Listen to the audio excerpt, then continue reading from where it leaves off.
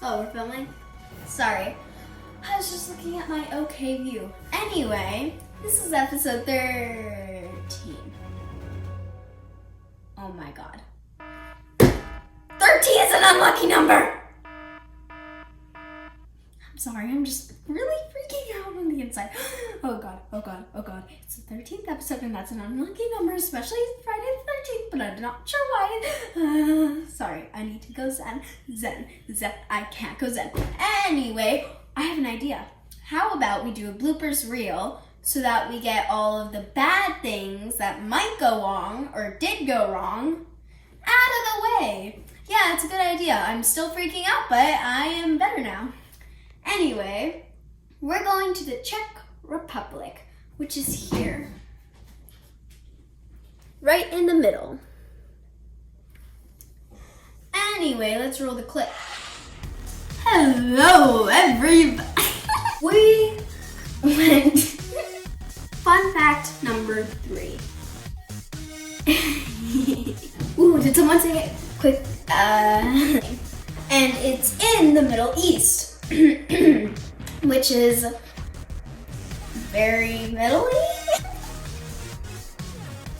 And that is called Israel. Across the globe, all the way to Israel. You're thinking of Ireland. Ready? All right. Did you start it? Hello. Those panic modes were really stressful. It took the breath. Ready? Tell me when you're ready. And now time for the interview. Hi, Kevin. Hello, Alexandra. How are you today? Good, how are you? Oh, quite well, thanks. So, you are in the Czech Republic, right? That's correct. Yeah. Where are you? I live in Brno. It's in the southeast of the country, and it's the second biggest city in the Czech Republic. What do you do there? I work as a customer care agent for a company that people can use as a website builder. The time here is 2:22. What time is it there? The time is 8:22 in the evening. Oh, so we're 6 hours ahead of you. It's Central European time here. So your coronavirus cases have been only 9,960, so almost 10,000. That's correct. Yeah. So a bit on the lowish high side. Mm-hmm. Mm-hmm. So your deaths, though, you've kept it to about 330 pretty much. That's correct, yeah. Which is really low. Yeah, and we've seen about 7,200 recoveries. Yeah. And your active cases have gone so low down that they're only in the 2,000s. That's 2,400. That's correct. The numbers are pretty good when you consider that the Czech Republic has a population of about 10.69 million people. Yes, which is a bit smaller than Metro Los Angeles, which is about 13 million people. Mm-hmm. What has the Czech government done about coronavirus? The Czech government was very quick to declare a state of national emergency. On March 13th, they declared a 30-day state of national emergency, and on March 14th, everything except supermarkets, grocery stores, pharmacies, and gas stations were closed. Emergency response was still working, and by March 16th, they completely closed the borders. Wow. Yeah, So they were not wasting time. They were not taking any chances.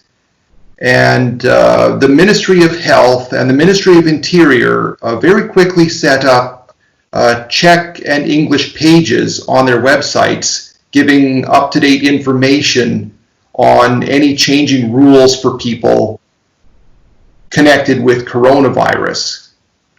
So, for example, one rule, if you were traveling to the Czech Republic, like for example, if you were a citizen of the Czech Republic or you had permanent residency here, and you were traveling from a country that was unsafe or listed as unsafe, you would have to go into a 14-day period of quarantine. And if you were traveling from a safe country but you were showing symptoms, you might also have to go into a period of quarantine. Some people felt they were taking it just a little bit too seriously. But I would say, if I take a look at how other European countries were handling it, for example, if I think about things that were told to me by British friends about the British reaction, some of my British friends who live here were very happy they were living here and not in Great Britain, because Great Britain really wasted a lot of time. But just watching things here, talking to my friends in Canada about the Canadian reaction, I felt very good about how quickly the Czech government reacted. And we saw regularly on the news footage from Parliament, the various politicians talking. Sometimes the Prime Minister would make an announcement of some kind. I don't think there was too much panic. I know we saw the stories in America about people going crazy buying a bunch of toilet paper. But the product that was really in high demand here was hand sanitizer. Within a day of having the state of national emergency declared, you couldn't find hand sanitizer anywhere. Also, face masks, they went really quick. Yeah, that makes sense. Yeah, but lots of Czechs started making their own masks and selling masks. That's actually good. Yeah, it was. They were encouraged to do that, and I think it's a statement kind of on the Czech sense of humor, because masks became kind of a fashion statement here. You know, people had crazy patterns that they chose, and sometimes you would see vending machines with masks in them. So vending machines that would normally have candy in them, you could buy a mask from them. That's hysterical. Yeah. And when the quarantine started easing, I read an article that at the National Museum in Prague, they opened up a temporary exhibition of masks. Because that's how much the mask had become part of life. So, because of how early you reacted, it eventually the masks just became one with life. Pretty much. It's a good example of some of the rules they brought in. Yeah. Because one of the first rules was that you couldn't gather in groups of more than 30 people.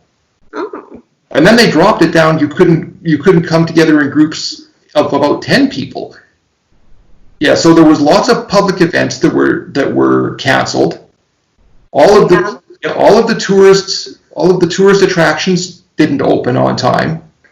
And if you left your home, you had to wear a mask. That was the law.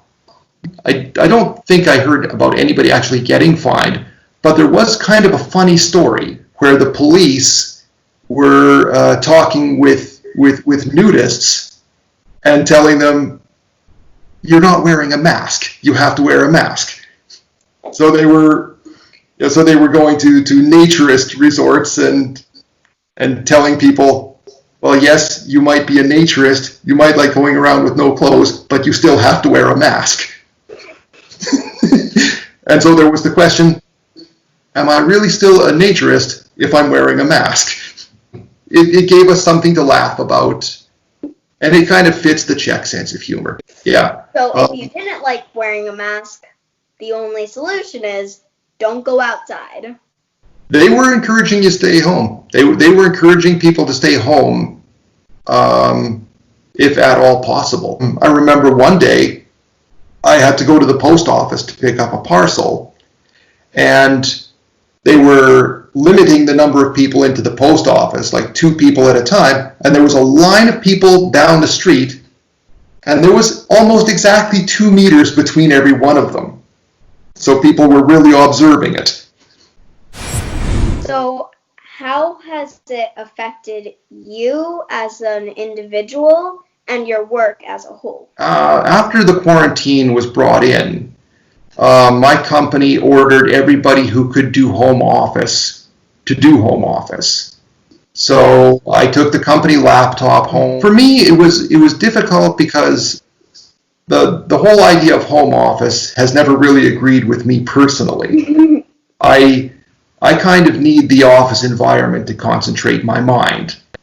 But I got through it. It was challenging. And in April, my company announced that we could go back to the office on a voluntary basis if we wanted, and I was one of the first people to go back. We live in kind of a small flat.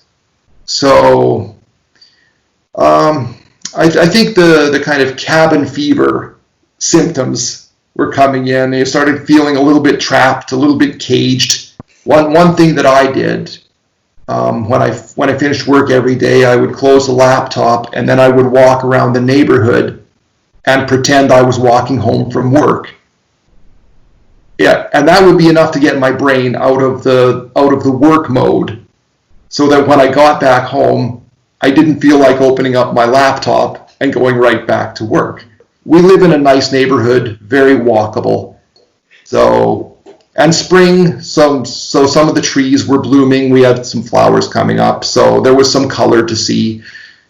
So that was good. If I remember correctly, it was maybe 2 or 3 weeks after the quarantine started that they allowed restaurants to open, but you had to order takeout.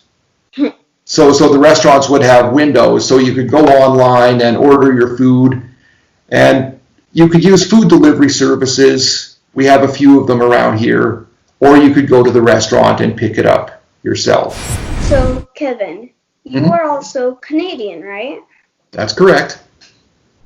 Why did you move to the Czech Republic? Partly it was romantic reasons. My girlfriend was here.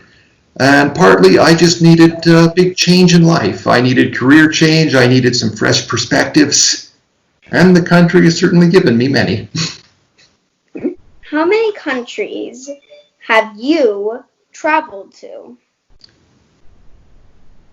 Good question. I think maybe 5 or 6. Once you're in Europe, it's quite easy to just take a little trip. I mean, yeah. Here where I live, I can be in Vienna in 2 hours, maybe a little less. How many languages do you speak? You've gone to about 5 or 6 countries, so you must speak at least more than one language, right? Well, English is my mother tongue. I do have some Czech to me. Not as much as I should, but I do have some. But I have found that most places I go, English is not hard to find. What does the world and America need to know about the Czech Republic? I would say one thing to remember is it's not Czechoslovakia anymore. Many people, and I've met a lot of Americans, still call it Czechoslovakia. And it hasn't been Czechoslovakia since, I think, 1993. I think that's when Czechoslovakia split, if I remember correctly. Like split into 2 countries, right? Yeah, it split into the separate Czech Republic and Slovakia. More recently, we've kind of had debate between calling the country Czech Republic and Czechia. But on that matter, I would say if people have heard about that Czech Republic-Czechia debate, feel free to use what you want. Both are correct. Of course, the Czech Republic is very, very famous for its beer. very famous. And there's this stereotype that Czechs will, go to the pub and raise a glass for anything. And there's many Czechs who do, but there's also a growing number of Czechs that don't drink at all. If you go to the Czech Republic and you don't drink alcohol, it's not going to be a problem. It's the Czech Republic has a very, very healthy coffee culture too. That's good. There's cafes everywhere. And here in Brno, Brno is right on the north edge of the Czech wine country. So if you come here, you'll find that wine gives beer a lot of competition. People often kind of think about, is the Czech Republic Western Europe or is it Eastern Europe? And most Czechs would tell you it's Central Europe. It's something distinct. It's distinct from West and the East. It's a little bit of both, but it's its own thing too. Thank you for this interview. It was very fun. Well, thank you. It was my pleasure, and I look forward to seeing the finished interview on YouTube. Bye-bye. So do I.